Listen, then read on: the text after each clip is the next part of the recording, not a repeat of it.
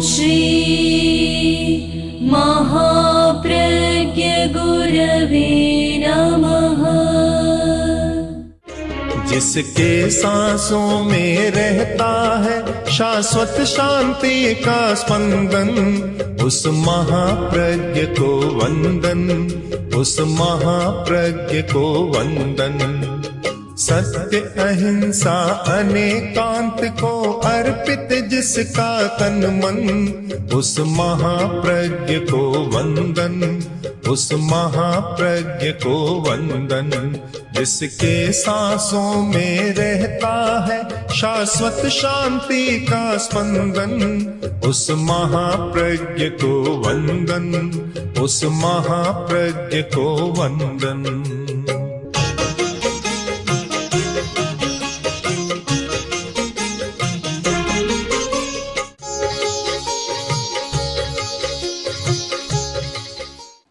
रात का समय, रात बीत चुकी, पश्चिम रात आई और एक आदमी ने सपना देखना शुरू किया। सपना देखा कि एक अप्सरा आई है और वह मुझे आकाश में उड़ा कर ले जा रही। तो उस आदमी ने पूछा कि तुम मुझे कहाँ ले जा रही हो? अप्सरा बोली, सपना तुम देख रहे हो, मैं देख रही। लगता है कि दुनिया एक सपने की सी बात है और इस स्वप्न को हम समझ लें तो कुछ यथार्थ की भूमि पर आए, यथार्थ की खोज करें और इस जीवन को सार्थक बनाएं। जीवन जो आदमी जीता है और एक लक्ष्य के साथ जीता है तो उसका निर्माण होता है। निर्माण जीवन की सफलता का पहला पद चिन्ह या आधार स्तंभ है। सिर्फ एक बात पर ही ध्यान केंद्रित करें कि लक्ष्य का निर्धारण किया या नहीं किया। जो व्यक्ति लक्ष्य का निर्धारण करता है उसकी सारी ऊर्जा उस लक्ष्य की ओर प्रस्थान कर देती है। जिसका कोई लक्ष्य नहीं होता ऊर्जा बिखर जाती है। लक्ष्य ठीक होता है तो आदमी की दिशा सही बन जाती है, गंतव्य सही होता है। और कोई लक्ष्य ही नहीं होता तो फिर कहाँ? शराबी था और टैक्सी वाला को पकड़ा के मुझे ले चलो, बैठ गया। अब टैक्सी वाला बोला कहाँ जाना है? अगर मुझे पता होता तो मैं तुम्हारी टैक्सी में क्यों बैठता? अब बोला कहाँ ले जाएगा? जब लक्ष्य ही नहीं है, कोई स्पष्ट नहीं है तो कोई ले जा नहीं सकता। जीवन की सफलता का पहला सूत्र है लक्ष्य का निर्धारण। हम लक्ष्य को निश्चित करें कि मुझे क्या बनना है, मैं क्या होना चाहती हूँ या चाहता हूँ, यह लक्ष्य का निर्धारण करें। जब लक्ष्य स्थिर हो गया तो फिर आगे कार्य बनता है, गंतव्य की धारणा बनती है, आदमी चलता है और एक दिन अवश्य वहां तक पहुंच जाता है। लक्ष्य की स्पष्टता बहुत साधारण सी बात है, बहुत बार मैं कहता हूं, कोई मर्म की बात नहीं, किंतु लक्ष्य को पर प्रकाश डालने वाली बात है कि जिसको पता ही नहीं कि मुझे क्या बनना है और जब दूसरों की बातों में रहता है, विज्ञापनों की दुनिया में रहता है और कुछ रहता है, हजारों बातें सुनता है, हमारी शब्दों की दुनिया, और जहाँ शब्दों की परिक्रमा होती रहती है वहाँ आदमी रहता है। और जब अपना पक्का कोई लक्ष्य नहीं होता तो ठीक वही हालत होती है कि कहीं पहुँच नहीं पाता। स्टेशन मास्टर के पास गया और जाकर बोला बाबूजी टिकट दो। किस गांव का? कि गांव का मुझे पता नहीं, मेरे ससुराल का टिकट दे दो। उसने कहा गांव का नाम बताओ। कि गांव का नाम का तो मुझे पता नहीं। जिसको यह लक्ष्य का ही पता नहीं कि गंतव्य क्या है, मुझे कहाँ जाना है, मुझे क्या होना है, क्या बनना है, कुछ भी नहीं हो सकता। एक बहुत सुंदर शब्द है आगम साहित्य का, होऊ काम भवितु काम है। मैं कुछ होना चाहता हूँ, होना चाहता हूँ, बस ये पहले निश्चित होना चाहिए कि क्या होना चाहता हूँ। स्वयं लक्ष्य का निर्धारण करे अथवा दूसरों से परामर्श ले कि मुझे क्या बनना है। सबसे अच्छा तो है स्वयं निर्धारण करे कि मुझे क्या होना है। हम लोग बहुत बार विद्यार्थियों से पूछते हैं, बोलो तुम्हारा लक्ष्य क्या है, तो अनेक उत्तर मिलते हैं। कोई कहता है मैं डॉक्टर होना चाहता हूँ, कोई बोला मैं पुलिस मैन होना चाहता हूँ, कोई बोला मैं सेना में जाना चाहता हूँ। अनेक आए। तब मैंने कहा कि ये तो तुम्हारे ठीक है, पर पहले मूल लक्ष्य को भूल गए। मूल लक्ष्य है मैं अच्छा आदमी होना चाहता हूँ, और अच्छा आदमी बनोगे। नंबर 2, ये सारी सेकेंडरी बात है कि फिर डॉक्टर बनोगे और बनोगे तो अच्छे बनोगे। और अगर पहली बात करोगे, प्रारंभ की बात नहीं करोगे, तो फिर कुछ नहीं होना है। तो पहली बात है कि मुझे अच्छा आदमी बनना है, अच्छी स्त्री बनना है। कन्या कोई शाश्वत नहीं रहती, एक अवस्था आती है कन्या युवती बन जाती है, पर्यायांतर हो जाता है, और आगे तो बूढ़ी भी बन जाती है, सब कुछ होता है। किंतु इन बदलती हुई परिस्थितियों के साथ हम एक न बदलने वाली वस्तु को पकड़ लें कि जो कभी न बदले, और वह है हमारे जीवन का लक्ष्य जो कभी बदलता नहीं है। एक केंद्रीय लक्ष्य, एक न्यूक्लियस होता है, केंद्रीय तत्व होता है, वह बदलता नहीं है। तो हमारा एक ऐसा ध्रुव लक्ष्य बनाएं कि मुझे यह बनना है।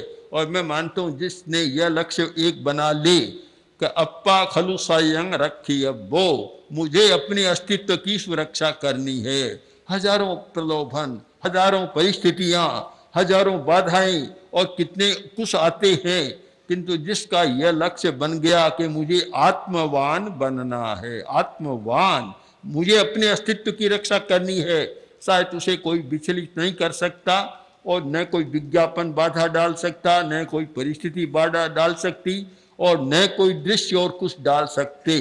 जिसका कोई अपना नहीं होता उसकी कोई पहचान भी नहीं होती। बात चली रंग और रूप की। आदमी की पहचान होती है, रंग से भी होती है, रूप से भी होती है, और कपड़ों से भी होती है।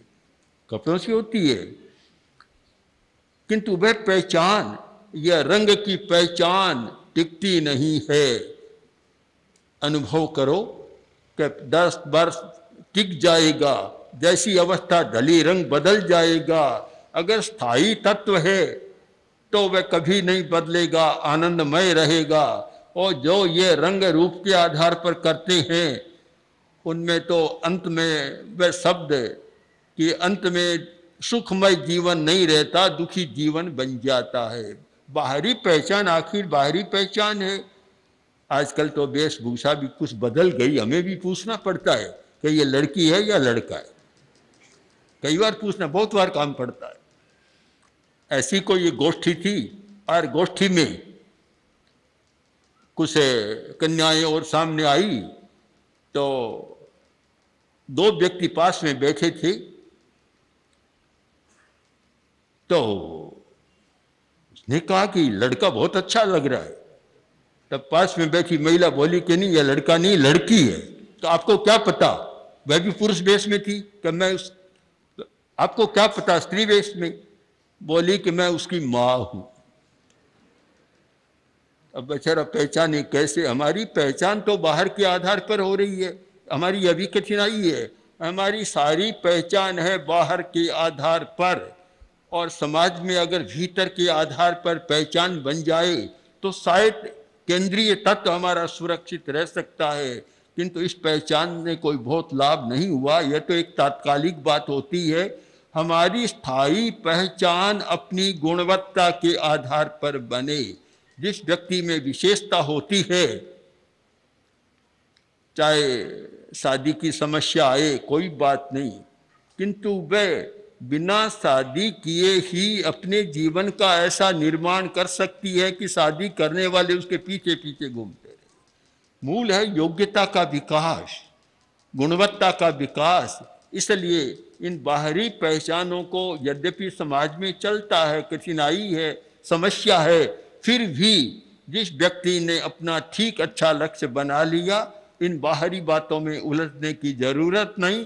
बस लक्ष्य और जीवन का निर्माण, ये दो सूत्र सामने रहे तो शायद बहुत आनंदमय जीवन हो सकता है। और मैं तो मानता हूँ उस व्यक्ति का जीवन सफल है जो आनंद का जीवन जीता है, दुखी होने का जीवन जीता है, दुखमय जीवन जीता है। चाहे कितना ही तो रंग है, रूप है, रंग रूप की बात चली तो मेरे मन में आया, मैं एक ऐसी घर की घटना को जानता हूँ कि बहुत रंग रूप देख कर शादी कर ली, और एक दिन उसका ससुर आया और बड़ा दुखी। मैंने कहा आज कैसे? बोला क्या करे, पुत्र वधू ऐसी है कि जब भी गुस्सा आता है तो बाजार में जाकर बैठ जाती है, उसको मना कर लाना हमारे लिए मुश्किल हो जाता है, कुछ काम नहीं आता। एक बात को निश्चित मान ले, ध्रुव सत्य, कि अपनी योग्यता का विकास करो, जीवन अच्छा रहेगा। वह नहीं है तो बदलता चला जाएगा। आज जो अच्छा लगता है रंग रूप बदला और उसका आदर भी कम हो जाएगा। इसको कभी सत्य मत मानो, सच्चाई मानकर इस पर अटको मत। जो दक्षिण भारत से ये लोग आए हैं, नाहर और ललित जैन और कुछ साथ में लाए हैं, धर्म चक्रवर्ती, मुझे तो कोई बात छूती नहीं है, बड़ी कठिनाई है।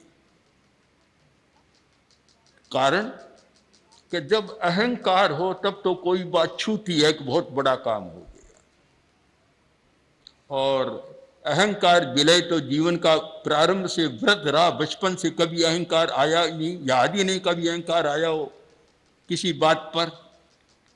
बहुत सारी विशेष बातें सामने आई पर अहंकार कभी छुआ नहीं, तो इसलिए मेरे लिए कोई खास बात मुझे लगती नहीं। किसी ने पूछा, पत्रकार ने पूछा क्या हुआ, क्योंकि जिस दिन छुएगा तब बताऊंगा क्या हुआ, अभी तो वह स्पर्श नहीं कर रहा है। अहंकार होता है तो एक छोटा भी पता नहीं कैसी बात कर देता है। कच्चा पुल था, हाथी और चूहा दोनों जा रहे थे, दोनों में दोस्ती हो गई। पुल कच्चा था, हाथी गया, पुल टूटी और चूहा भी नदी में गिरा, हाथी भी गिरा। तब चूहा तैरता हुआ बोला, देखो मैंने पहले भी कहा था कि पुल कच्चा, हम दोनों का भार सहन नहीं कर सकेगा।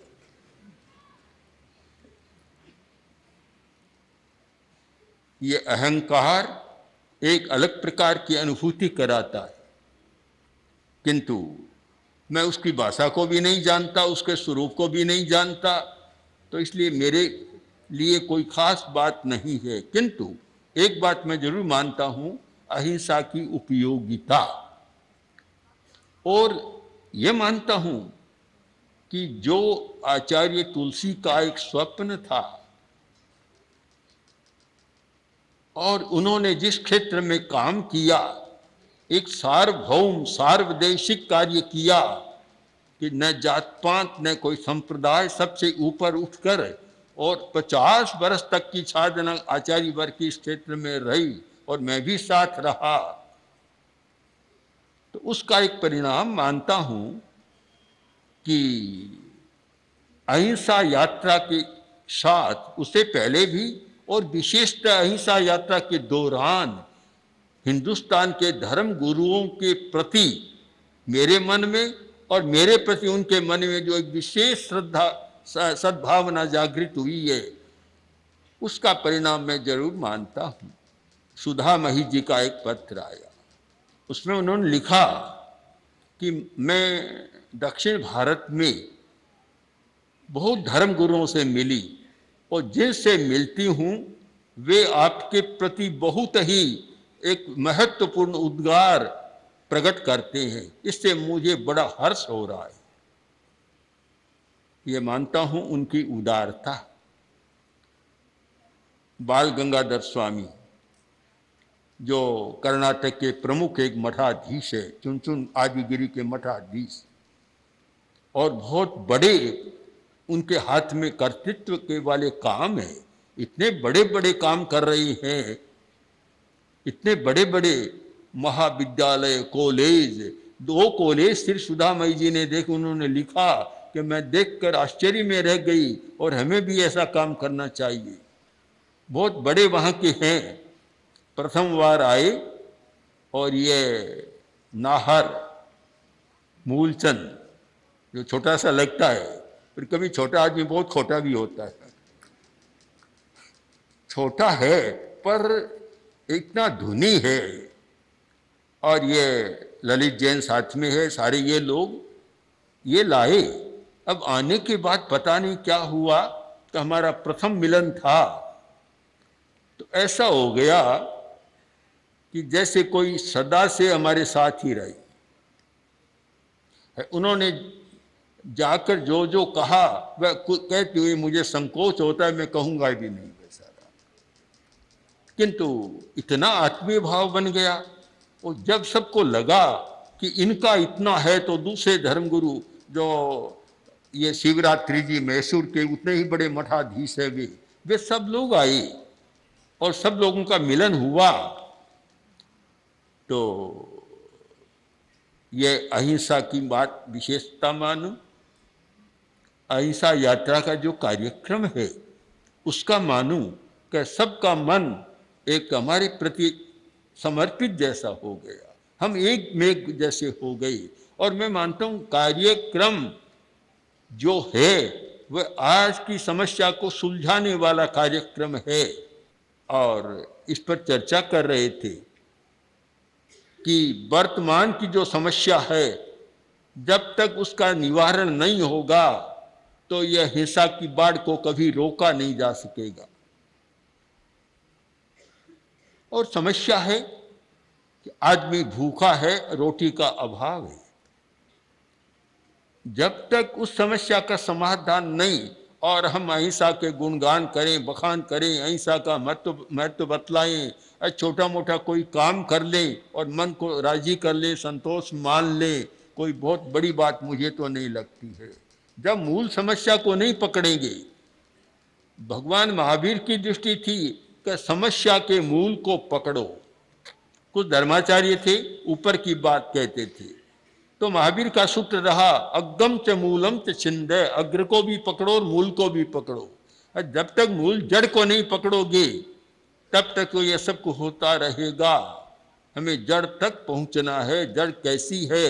राजस्थान की बात है कि कोई बाहर से सन्यासी आया था, जा रहा था अकेला और खेत में देखा तुम्बाई बहुत बढ़िया बढ़िया बेलें फैली हुई है। उसने देखा रे बड़ा अच्छा फल दिख रहा है, दिखने में रंग रूप अच्छा होता है। अब रंग रूप को देख कर खा ले तो थोड़ा खाया तो कड़वा, तो फिर भीतर का गुदा खाया तो भी कड़वा, हर चीज को खाया तो कड़वा। तो उसने सोचा रे जड़ देख लूं कैसी है। जड़ खाई तो वह भी कड़वी।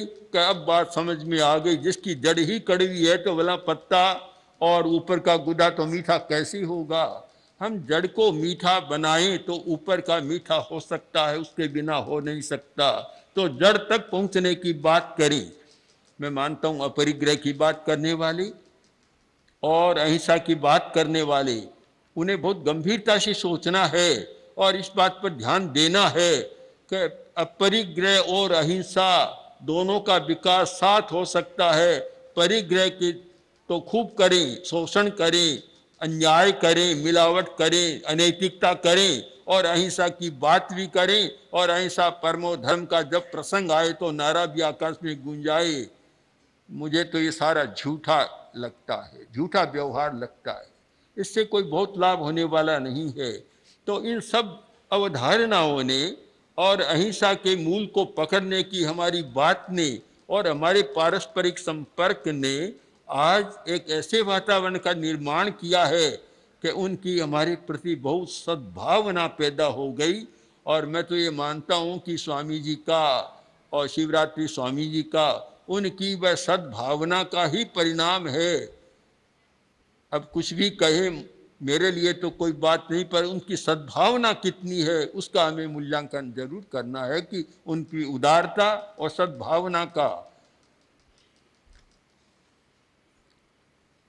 अब दो बात, निर्माण और उपयोगिता। निर्माण करें और जीवन को उपयोगी बनाए रखें, अनुपयोगी न होने दें। जब तक उपयोगिता होती है सब लोग निकट आते हैं, और उपयोगिता नहीं होती सब दूर चले जाते। हर आदमी को सोचना है कि मेरी कोई न कोई उपयोगिता बनी रहे। अब ये कैसे? निर्माण और उपयोगिता के बीच में एक चीज और आती है, वह है जीवन को समझने की कला, ज्ञान। हम जीवन को समझने का भी प्रयत्न करें और उपयोगिता का जीवन जिए कि जीवन नश्वर है, चला जाता है, उपयोगिता रह जाती है। रांका का प्रश्न आया, मोतीलाल रांका, और जिस व्यक्ति के बारे में कहना भी मुझे बड़ा अटपटा सा लगता है, क्या कहूँ, क्योंकि बचपन से ही मेरे निकट बैठने वाले 10, 20, 50 जो प्रबुद्ध लोग थे, उनमें उनका भी एक प्रगाढ़ अनुराग मेरे प्रति था। शुरू से ही बौद्धिक आदमी था और उतना ही विवेकशील और विनम्र व्यक्ति था। बौद्धिकता बड़ी खतरनाक भी होती है, अहंकार बहुत जल्दी पनपता है, पर उस व्यक्ति में देखा कि इतनी विनम्रता, और विनम्रता इतनी कि आचार्य वर्ग का, आचार्य तुलसी का और मेरा अगर इशारा भी हो जाता तो उनके लिए वह लोह की लकीर जैसा होता, कहने की जरूरत ही नहीं पड़ती। इतना अनुशासन प्रियता एक बात जरूर थी कि समय की पाबंदी तो नहीं थी, इतना इसमें ढिलाई थी। मुझे याद है मैं बगड़ी में था, सुधरी में वहाँ, और जब दफ्तरी जयचंद दफ्तरी मोतीलाल रांका दोनों मिल जाते तो ढिलाई को चतुरायामी डायमेंशन बढ़ जाता, उसका और आयाम उसका फैल जाता। तो मेरे सामने की बात है कि आदमी आकर बोला कि गाड़ी आपकी आने वाली है, जल्दी चली। रांका जी बोले, अभी क्या जल्दी है, ठहरो ठहरो, बात कर रहे हैं, अभी क्या जल्दी है। थोड़ी देर सूचना मिली कि गाड़ी आई और चली गई। एक दिन बीता, 2 दिन बीता, 3 दिन ऐसे बीत गए। आखिर मुझे कहना पड़ा कि ये समय का चक्र तो चलता है, समय प्रबंधन की बात भी है। आज तो टाइम मैनेजमेंट का युग है, समय प्रबंधन होता है, और तुम इतनी शिथिलता करते हो। कोई बात नहीं, शांति का जीवन जीना है, आए तो आए, चली जाए चली जाए, गाड़ी की इच्छा, हम क्या करें उसका। परंतु अनेक क्षेत्रों में जो उन्होंने काम किया, यानी ये कहूँ कि भिक्षु दर्शन के व्याख्याता, प्रवक्ता कुछ व्यक्ति थे, तो उनमें प्रथम पंक्ति में 2-4 नाम थे, उनमें था मोती रांका। तो उसका बड़ा मर्म से समझा था, खूब गहराई से तत्व को समझा, और उतना ही साहित्य का प्रेम और कार्य किया, अणुव्रत के प्रति समर्पण रहा, अणु विभाग को प्राणवान बनाने में उनका योग बराबर बना रहा, जैसा मोहन जी ने कहा, सोहन जी गांधी ने कहा, सब ने कहा। तो एक प्रकार से कार्यकर्ता का संरक्षक जैसा था। तो एक दुर्लभ व्यक्ति था। उतना ही गुरुदेव का अनुग्रह उन्हें प्राप्त होता रहा, आचार्य तुलसी का अनुग्रह पूरा प्राप्त था उनको।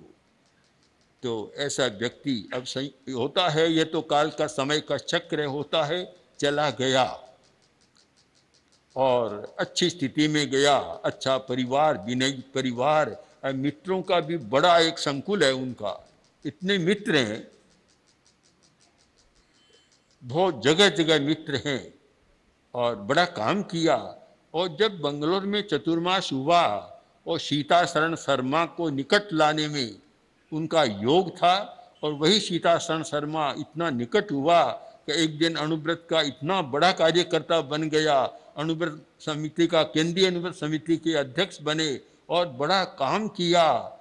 तो ये जब मैं पूरा सारी स्थिति, पुरानी स्थिति देखता हूँ, धनजी सेठिया, मोती रांका, सिरेमल जी जोशी, धनजी धारीवाल और अमोल चंद जी मेहता आदि आदि, जो एक पूरी एक टीम थी कार्यकर्ताओं की, तो बड़ा काम किया था। तो ऐसे व्यक्ति का जाना समाज को अखरता तो है, परिवार को भी अखरता है, ज़्यादा अखरता है, किंतु हम सच्चाई को समझें और जीवन की नश्वरता को भी समझें, प्रकृति के नियम को भी समझें। इसलिए जाने के बाद भी उनको न जाने दें, उनकी विशेषताओं को सुरक्षित रखें, ऐसा प्रयत्न धर्म संघ को भी करना है, परिवार को भी करना है, सबको भी करना है। तो आज मेरे सामने 3 काम थे। एक निर्माण का काम, जो कन्याओं के जीवन का निर्माण होना चाहिए, और दूसरा उपयोगिता का, और तीसरा जीवन के संबोध का। हम तीनों कोणों से, जीवन समग्र है, जुड़ा हुआ है, हम बांट नहीं सकते, अलग नहीं कर सकते। तो इस जीवन की समग्रता को देखकर और हम ऐसे जीवन के प्रति समग्र दृष्टिकोण का निर्माण करें जिससे खंड खंड का जीवन न जिए, एक अखंड समग्र जीवन जी सकें। तो उसके द्वारा हम अपना भी भला कर सकते हैं और समाज का भी भला कर सकते हैं। ओम आरती। ओम श्री महाप्रज्ञ गुरवे नमः। ओम श्री महाप्रज्ञ